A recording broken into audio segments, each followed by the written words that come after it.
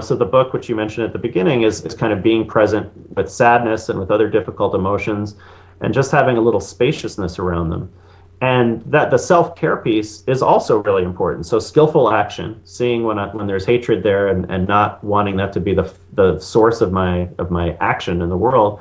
And then also the self-care piece, because hatred hurts. It hurts me, and it's not helpful to sit around with that kind of corrosive anger all the time.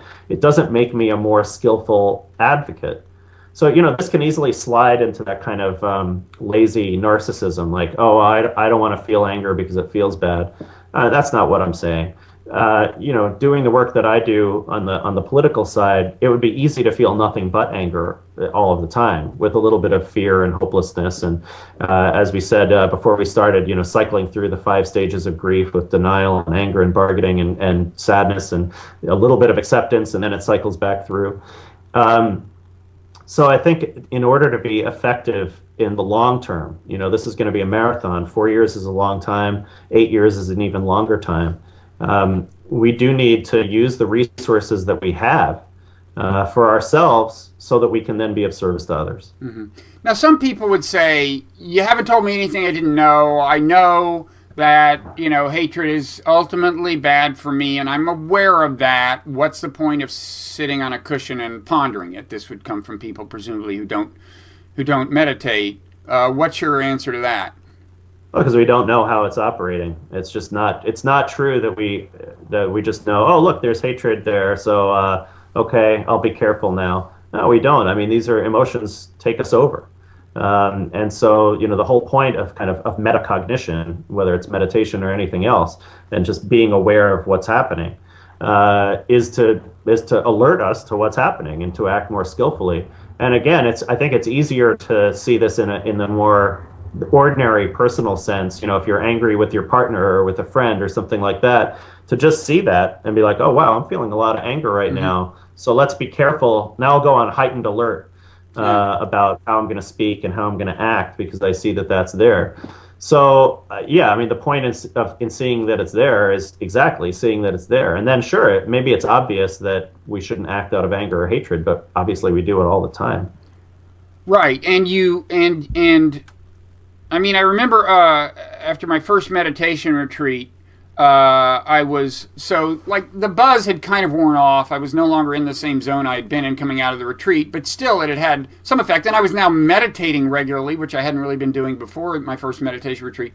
And I remember there was a moment when my kids did something. They were much younger, and I started to scream at them, but I didn't. I just saw the urge to scream at them welling up, and just let it go. Now, it doesn't always work that easily, but that's the basic idea, right? The more you meditate, the more you have an awareness at the moment when you need the awareness, even when you're not on the cushion, right? I mean, viewing these things becomes a kind of a habit. The more you meditate, the more of a habit it becomes.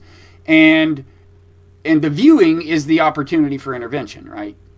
Yeah, absolutely. And it's not only a habit, but it is actually a change in the brain, right? So we're learning, we now understand, this phenomenon of neuroplasticity, that as you learn these new habits, the physical structure of the brain changes, the capacity for that metacognition, for just that moment in between the desire to yell and actually yelling, that moment grows, and the capacity to have that moment grows. So that's what's powerful. And I mean, this is going to sound hopelessly naive, but I'm just going to say it. Can you just imagine if you were at one of those Trump rallies with 30,000 people, and those people at that rally had that moment, right? And were able to say, wow, I'm feeling really vulnerable right now.